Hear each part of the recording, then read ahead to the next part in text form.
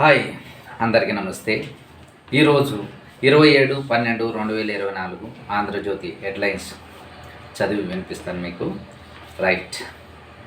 ఈరోజు ముఖ్యంగా మన దేశ ఆర్థిక మార్గదర్శి హస్తమయం మన్మోహన్ సింగ్ గారు,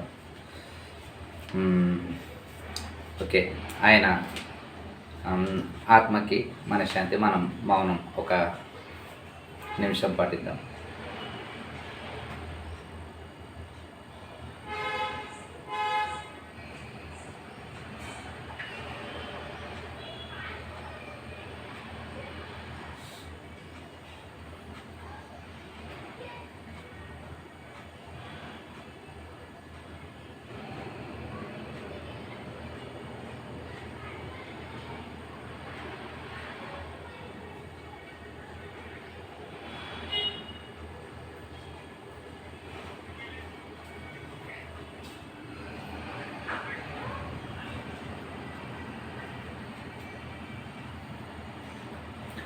ఓకే, రైట్. ఈరోజు హెడ్లైన్స్: ఆర్థిక మార్గదర్శి అస్తమయం, దేశ ఆర్థిక వ్యవస్థను గాడిన పెట్టిన సంస్కరణల రూపశిల్పి మన్మోహన్ సింగ్ గారి కన్నుమూత. Great man.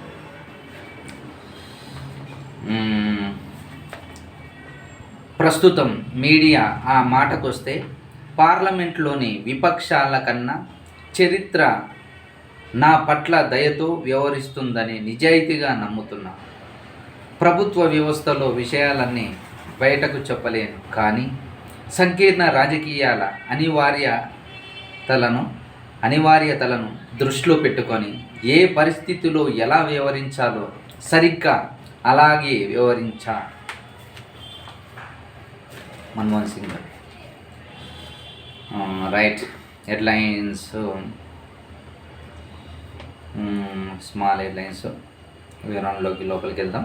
రైట్. ఆర్థిక సంస్కరణల జీడిపి వృద్ధిలో ఉరకలు, దివాలా స్థాయి నుంచి దేశాన్ని గట్టెక్కించిన ఆర్థికవేత్త మన్మోహన్. అగ్ని పరీక్షల్లో మన్మోహన్కు పివి దన్ను. భారత్ను గట్టెక్కించిన ఆర్థిక బంధం, దేశ గతిని మార్చిన 1991 బడ్జెట్, దేశ నిజమైన వాస్తు శిల్పుల్లో ఒకరు. కరెక్టే కదా? అంటే కొంతమంది మన దేశ స్థితిగతుల్ని అని అంటారో మాకు తెలియదు, కానీ సరైన పద్ధతిలో కొంతమంది వాళ్ళ వృత్తిలో ఉన్నప్పుడు వాళ్ళు వ్యవహరించే పద్ధతి కానీ మార్గదర్శకాలు కానీ కొన్ని వాళ్ళు ముద్ర వేసుకుంటారు. అలాంటి మనుషుల్లో మన్మోహన్ సింగ్ గారు. సీఎం రేవంత్ రెడ్డి నేడు ప్రభుత్వ ఆఫీసులు, విద్యా సంస్థలకు సెలవు. రైట్. ఆయన మాటలు గట్టిగా వినిపించవు, మౌనమే ఘనంగా పనిచేస్తుంది. నిజంగా ఎంత సైలెంట్ మనిషి అంటే మన్మోహన్ సింగ్ గారు. నేను ఆశ్చర్యపోయేవాడిని. అంటే ఆయన ఏ సభల్లో కానీ ఇట్లా కానీ నేను ఎప్పుడు చూడలేదు ఆయన్ని. కానీ ఆయన సైలెంట్గా, అంటే ప్రతిపక్షాలలో కూడా ఆయన వంతు అంటే మంచితనాన్ని చాటుకున్నాను. అంటే శత్రుత్వం లేని మనిషి అని మనం చెప్పుకోవచ్చు ఆయనని. ఆయన మాటలు గట్టిగా వినిపించవు, మౌనమే ఘనంగా పనిచేస్తుంది. అంతుపట్టని ఆయన ఆలోచన లోతు దేశ ఆర్థిక వ్యవస్థను నిలబెట్టింది. ఆయన సాహసోపేత సంస్కరణ ఫలితం నేడు ఘనంగా కనిపిస్తుంది. పాఠాలు చెప్పే అధ్యాపకుడి నుంచి దేశాన్ని పాలించిన ప్రధానమంత్రి దాకా ప్రతి దశలో, ప్రతి పనిలో ఆయన పేరు చెరగని ముద్రలా నిలిచిపోయింది. Yes, correct. నేటి తరం రాజకీయాల్లో మిస్టర్ క్లీన్, రేపటి తరానికి ఆదర్శం, విద్యావేత్త, ఆర్థికవేత్త, సంస్కరణ రూపశిల్పి, నికర్వి, నిష్కలంకుడు నిరాడంబరుడు మన్మోహన్ సింగ్ జీవన ప్రస్థానం ముగిసింది. వీటన్నిటికీ సరైన న్యాయం చేసిన మనిషి ఆయనే. ఎవరేమన్నా ఎవరెన్ని విమర్శలు చేసినా మౌనంగా పని చేసుకుంటూ వెళ్ళిన మన్మోహన్ సింగ్ అంతే మౌనంగా తన జీవన ప్రస్థానానికి వీడ్కోలు పలికారు. కొన్నాళ్ళుగా వృద్ధాప్య సమస్యలతో బాధపడుతున్న ఆయన గురువారం రాత్రి ఢిల్లీ ఎయిమ్స్ ఆసుపత్రిలో తుది శ్వాస వదిలారు. ఆయన అనుకోకుండా దేశ ఆర్థిక మంత్రి అయ్యారు. అంతే ఆకస్మికంగా అనూహ్యంగా ప్రధాని బాధ్యతలు చేపట్టారు.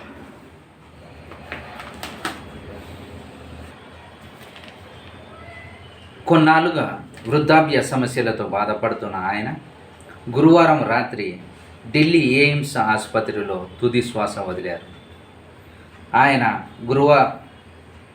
ఆయన అనుకోకుండా దేశ ఆర్థిక మంత్రి అయ్యారు. అంతే ఆకస్మికంగా అనూహ్యంగా ప్రధానిగా బాధ్యతలు చేపట్టారు. 92 ఏళ్ల జీవిత దేశ విభజన తర్వాత పాకిస్తాన్ నుంచి భారత్లో వలస జీవనం ఎన్నెన్నో మెరుపులు. డాక్టర్ మన్మోహన్ సింగ్ సేవలని భారతదేశ ప్రజలు ఎప్పటికీ మరిచిపోరు. వృద్ధాప్య సమస్యలతో మాజీ ప్రధాని తుది శ్వాస. గురువారం రాత్రి 9:51 గంటలకు ఎయిమ్స్లో మృతి. హుటాహుటిన ఆసుపత్రికి సోనియా గాంధీ, ప్రియాంక, బెలగావి నుంచి ఢిల్లీకి చేరుకున్న రాహుల్ గాంధీ, ఖార్గే, రాష్ట్రపతి ముర్ము, ప్రధాని మోదీ సంతాపం. అధికారిక లాంఛనాలతో మన్మోహన్ అంత్యక్రియలు. 7 రోజులు సంతాప దినాలుగా ప్రకటించిన కేంద్రం. మన్మోహన్ సింగ్ మరణంతో దేశం ఓ గొప్ప నాయకుడిని కోల్పోయింది. సాధారణ కుటుంబంలో జన్మించిన ఆయన గొప్ప ఆర్థికవేత్తగా ఎదిగారు. దేశ ప్రజల జీవితాలను మెరుగుపరిచేందుకు విశేష కృషి చేశారు. నరేంద్ర మోదీ గారు చెప్పిన మాట ఇది. తర్వాత మల్లికార్జున ఖార్గే గారు చెప్పిన మాట విన్నాం. దూరదృష్టి కలిగిన రాజనీతిజ్ఞుడిని దేశం కోల్పోయింది. ఆయన ఆర్థిక విధానాలు దేశంలో పేదరికాన్ని తగ్గించాయి. మల్లికార్జున ఖార్గే గారు దూరదృష్టి కలిగిన రాజనీతిజ్ఞుడిని దేశం కోల్పోయింది. ఆయన ఆర్థిక విధానాలు దేశంలో పేదరికాన్ని తగ్గించాయి. ఓకే. తర్వాత రాహుల్ గాంధీ గారు మన్మోహన్ సింగ్ గారి గురించి చెప్పిన గురువును మార్గదర్శకుడిని కోల్పోయారు. అపార జ్ఞానం సమగ్రతతో ఆయన దేశాన్ని నడిపించారు.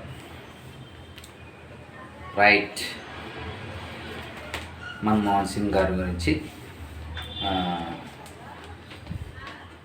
దేశ రాజకీయ పెద్దలు చెప్పిన మాటలు. ఒకసారి నరేంద్ర మోదీ గారు చెప్పిన మాట మరోసారి చెప్తాను. అంటే ఫస్ట్ కొద్దిగా సరిగ్గా చెప్పలేదు, మళ్ళీ ఒకసారి. మన్మోహన్ సింగ్ మరణంతో దేశం ఓ గొప్ప నాయకుడిని కోల్పోయింది. సాధారణ కుటుంబంలో జన్మించిన ఆయన గొప్ప ఆర్థికవేత్తగా ఎదిగారు. దేశ ప్రజల జీవితాలని మెరుగుపరిచేందుకు విశేష కృషి చేశారు. Okay sir, thank you. Narendra Modi గారు చెప్పిన మాటది. తర్వాత మరో హెడ్లైన్, నో బెనిఫిట్, ఇకపై సినిమా బెనిఫిట్ షోలకి అనుమతించాం. ఇట్లాంటివి సర్వసాధారణం. ఏ హీరో అయినా ఇంత జరిగిన తర్వాత ఆయన ససేమేర. ఎందుకంటే ఆయన టికెట్ రేట్లను తగ్గించాల, ఉన్న రేట్లు ఉన్నట్లే ఉంటాయి. మీ బెనిఫిట్ షోలకి అత్యధికంగా రేట్లు పెట్టుకుంటూ మీ ఇష్టం వచ్చినట్లు మీరు చేసుకుంటుంటే ఎవరు చూస్తూ కూడా ఊరుకోరు. ఇది ఎందుకంటే ప్రజా సంక్షేమం. అంటే ఆయన రేట్లు తగ్గించట్లేదు కదా, మీరు మామూలు షోలనే నడుపుకోండి, మామూలు రేట్లనే కొనసాగించుకోండి. అంతేగాని బెనిఫిట్ షో అని పేరు చెప్పి 1000, 1500, 2000 అవసరమా? ఎవరు సొమ్ము ఇదంతా? మన ప్రజల సొమ్మే, మన సొమ్మే. ఎవరో ఒకరి చేతులకు పోవడం. ఇలా చేయడం బట్టి వాళ్ళు హీరోలు వాళ్ళ రెమ్యునరేషన్లు అన్నీ పెంచుకుంటూ సినిమాకు పెట్టిన వ్యయం పెరిగితే చాలు.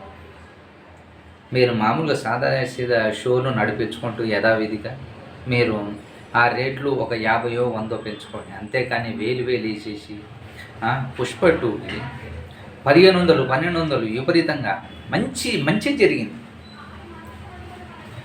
జరిగింది. ఎందుకంటే జనానికి, పబ్లిక్కి మంచి జరిగింది దీనివల్ల. ఎందుకంటే తల్లి మరణంతో, రేవతి గారి మరణంతో ఇప్పటికీ బాధగానే ఉంది.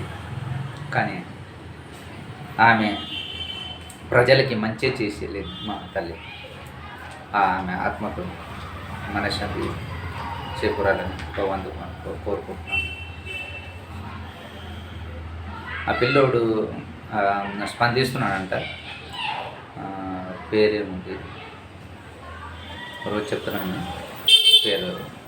బాబు కూడా 9 ఏళ్ళ బాలుడు, రేవతి గారు వాళ్ళ అబ్బాయి కూడా కోలుకున్నారంట. ఇంకా పరిపూర్ణంగా అయితే చెప్పలేము, కానీ అంటే వెంటిలేటర్ లేకుండా మామూలుగా కోలుకున్నారని చెప్పాను. నేను యూట్యూబ్లో చూశాను. ఓకే, తర్వాత ఇంకొక హెడ్లైన్, నో బెనిఫిట్. ఇకపై సినిమా బెనిఫిట్ షోలకి అనుమతించం. సినీ ప్రముఖులతో సీఎం రేవంత్ రెడ్డి సమావేశం. చిత్రంలో డిప్యూటీ సీఎం బట్టి, మంత్రి కోమటిరెడ్డి, దిల్రాజు, అల్లు అరవింద్, రాఘవేంద్రరావు.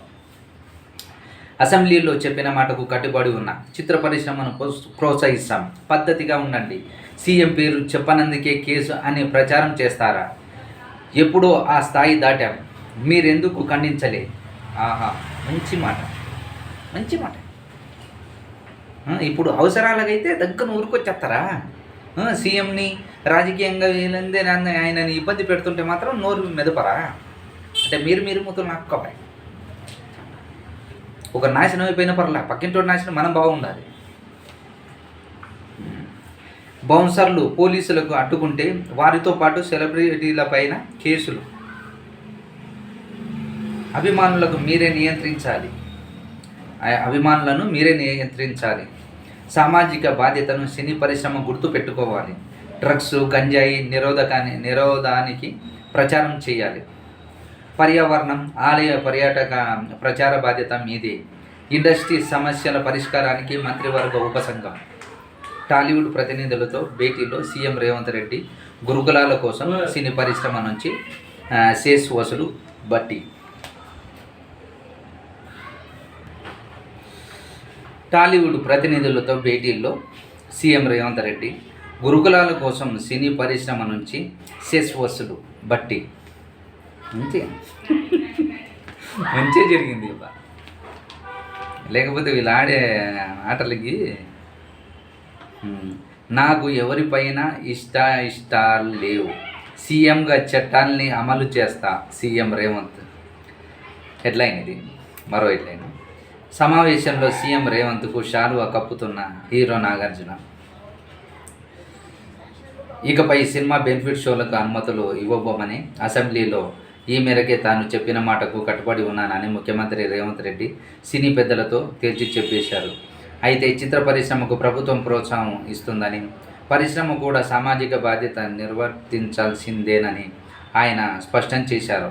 అల్లు అర్జున్ కేసు విషయాన్ని ప్రస్తావించిన సీఎం బన్నీ తన పేరును మర్చిపోవడం వల్ల కేసు పెట్టారంటూ తప్పుడు ప్రచారం చేశారని, తాను ఆ స్థాయిని ఎప్పుడో దాటి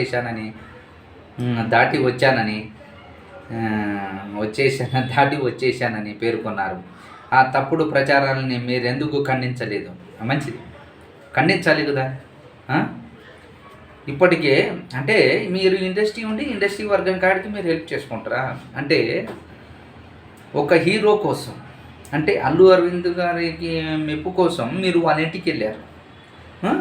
మరి సీఎం రేవంత్ రెడ్డి గారిపై వాళ్ళ ఫ్యాన్స్ ఇవన్నీ అసభ్యమైన ట్వీట్లు ఇవన్నీ పెడుతుంటే మీరు ఖండించరా?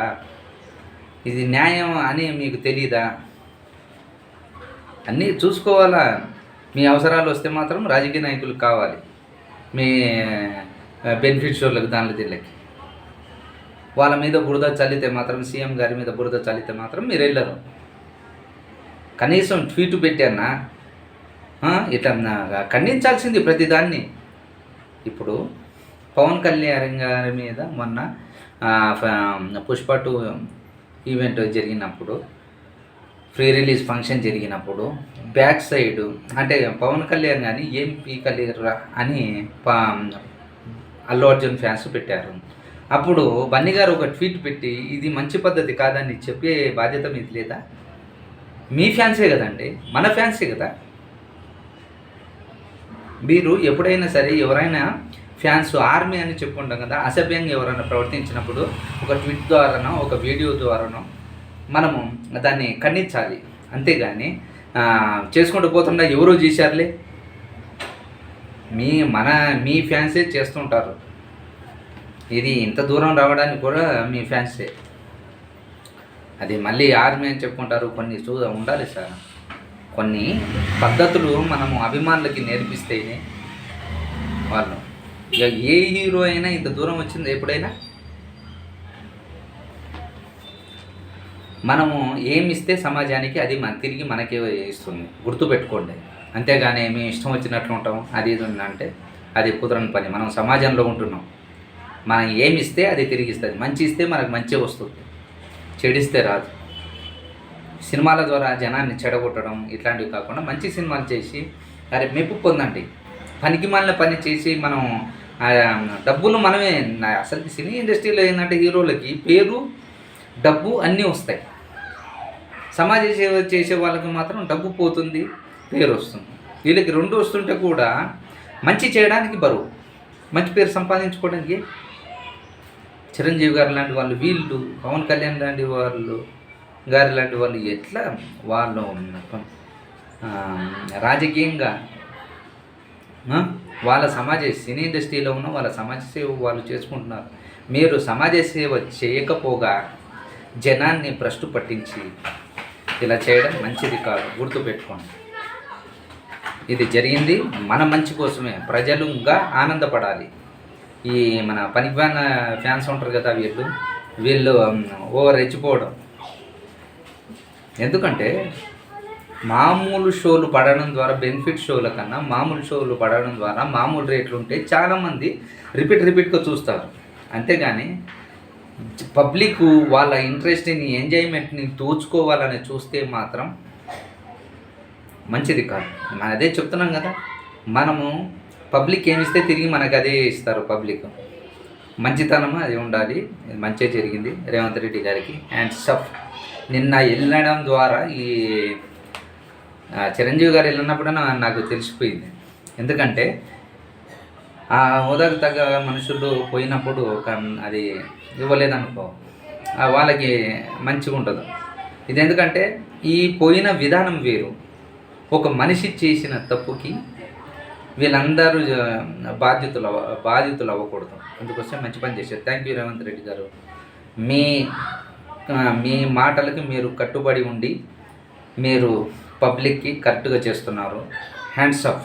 అల్లు అర్జున్ విషయంలో నుంచి మీరు జనంలో మీరు హీరో, ఒరిజినల్ హీరో, రాజకీయ నాయకుడిగా మీరు నిలబడ్డారు. మీ పేరు ఎప్పుడు చిరస్థాయిగా ఈ అండర్లైన్కి hands up sir, hands up చిరస్థాయిగా నిలిచిపోతుంది. మొన్న జరిగిన అల్లు అర్జున్ కేసులో మాత్రం హ్యాండ్స్ అప్. ఎక్కడైనా తగ్గుతారో ఈ సినీ గోప్యంగా ఉంచకుండా, మీరు అయినా కానీ కొంత గోప్యంగా ఉంచారు దీన్ని మరీ తీసుకున్నాను. కానీ వాళ్ళే దీన్ని లేవనెత్తి మిమ్మల్ని తక్కువ చేసి చూద్దామన్న ఉద్దేశం ఉన్నప్పుడు అది మీరెందుకు భరించాలి? ఒక శాఖలు, పోలీస్ శాఖ కానీ మీరు రాజకీయంగా కానీ మీరెందుకు బాధపడాలి? ఒకరి మెప్పు కోసం ఎందుకు? ఎవరు అతను? జనం ముందర అంత చీప్ అయిపోతారు. దీన్ని ఎప్పుడైనా సరే ఇప్పుడు జరిగిన సీఎం రేవంత్ రెడ్డి గారి లాగానే ప్రతి శాఖ వాళ్ళు వ్యవహరించండి. వాళ్ళు క్రమశిక్షణగా సేమ్ మీకు మంచి పేరుతో పాటు పబ్లిక్ కూడా బ్యాడ్ ఆలోచన ఉండదు. ఎందుకంటే నిన్న జరిగిన దానికి ఇది సమసిపోతున్నాను, సమసిపోకూడదు. మామూలుగా దీనివల్ల ఏమవుతుంది, ఆయన ఈగో మూలంగానే చేసినట్టు అవుతుంది. అందుకోసమే మంచి జరిగింది. ఇది ఆయన ఈ బెనిఫిట్ షోల్ని అది ఇది అని కొన్ని ఇచ్చిన ఆయన పద్ధతిలో ఆయన వెళ్ళారు. ఇది వద్దు, ఇది పద్ధతి కాదు, ఇది ఇలానే ఉండాలి, నేను చెప్పిన మాటకు కట్టుబడి ఉంటాను, ఎక్కడ జంకేదిలే, కరెక్ట్ మాట చేశారు, కరెక్ట్గా చేశారు. హ్యాండ్స్ ఆఫ్ రేవంత్ రెడ్డి గారు మరోసారి. Okay right. నెక్స్ట్ హెడ్లైన్, బ్రహ్మపుత్రపై చైనా భారీ డ్యామ్. టిబెట్ భారత సరిహద్దుకి సమీపంలో విద్యుత్పత్తి సామర్థ్యం 300 బిలియన్ కిలోవాట్ అవర్స్, భారత్కు 30. నీటిని మళ్లిస్తే ఈ ఈశాన్య రాష్ట్రాల్లో నీటిని మళ్లిస్తే ఈశాన్య రాష్ట్రాల్లో నీటి ఎద్దడి అంటే కరువు అన్నమాట. యుద్ధం పరిస్థితులు వస్తే డ్యామ్ను చైనా వాటర్ బాంబుగా వాడే ప్రమాదం. Very good right. అంటే ఈ బ్రహ్మపుత్రపై చైనా భారీ డ్యాము, దీనికి కింద చదువుదాము కొద్దిగా, ఎందుకంటే మంచి న్యూస్ కదా ఇది. చైనా ప్రపంచంలోనే అతిపెద్ద జల విద్యుత్ డ్యామ్ను నిర్మించేందుకు సిద్ధమైంది. త్రిగోడెన్ డ్యామ్ కంటే 3 రెట్లు పెద్దదైన ఈ డ్యామ్ నిర్మాణానికి ఆమోదం తెలిపింది. టిబెట్ ప్రాంతంలో భారత సరిహద్దుకు సమీపంలో ఈ డ్యామ్ను నిర్మించనుంది. టిబెట్ తూర్పు అంచుల్లో ఉన్న యార్లంగ్ జాంగ్బో నది దిగువ భాగంలో ఈ ఆనకట్టను నిర్మించనున్నట్లు చైనా చెప్పింది. రైట్. ఇంకొక హెడ్లైన్, 10,000 రూపాయల కోట్లు వచ్చినాయి. TGIICకి రుణం ఇచ్చిన ICICI సంస్థ ఖాతాలో జమ అయినట్టు సొమ్ము. 400 ఎకరాలు తనఖాతో రుణ సేకరణ. 10 ఏళ్లలో తిరిగి చెల్లించనున్న TGIIC FRBM పరిధిలో రాకుండా రుణం పొందేందుకు భూమిని బదిలీ చేసిన సర్కార్.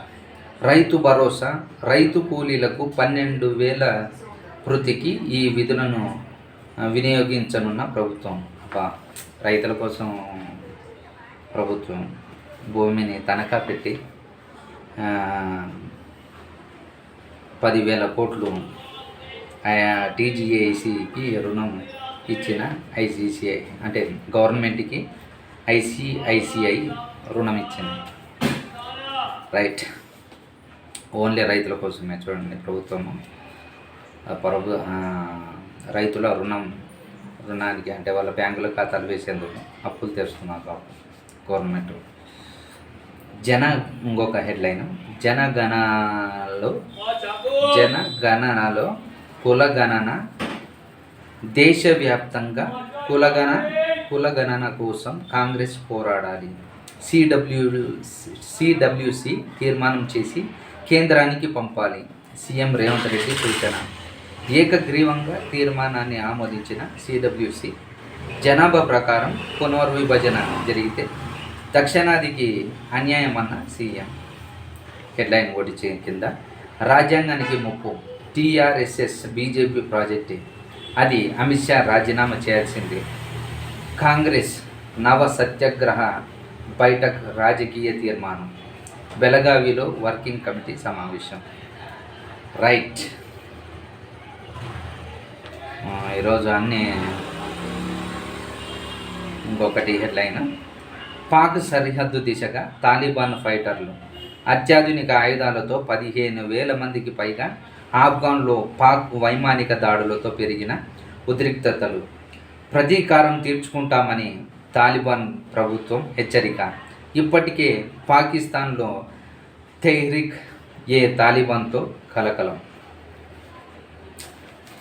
ప్రశాంతత నేనబ్బా, దేశాలు అన్నీ ప్రశాంతంగా ఉండాలి. ఎందుకు జరుగుతుంటాయో మన దేశం మాత్రం మన దేశంలాగా అన్ని దేశాలు ఉండాలని. ఎందుకంటే మనం గొడవలు పెట్టుకోం, ప్రశాంతంగా ఉంటాం. ఎదుటివారు మనది ఎంతవరకు వస్తుందంటే ఇది అంటే కొన్ని చెప్పలేము బా. నిజంగా మన వాళ్ళు చేస్తున్న మౌనమైన పద్ధతి, ప్రశాంతంగా ఉండడం అసలు గ్రేట్. అది మన దేశంలో ఉన్న ప్రజలందరూ అలానే పాటిస్తుంటారు, ఎవరో కొందరు తప్ప. ఓకేనా?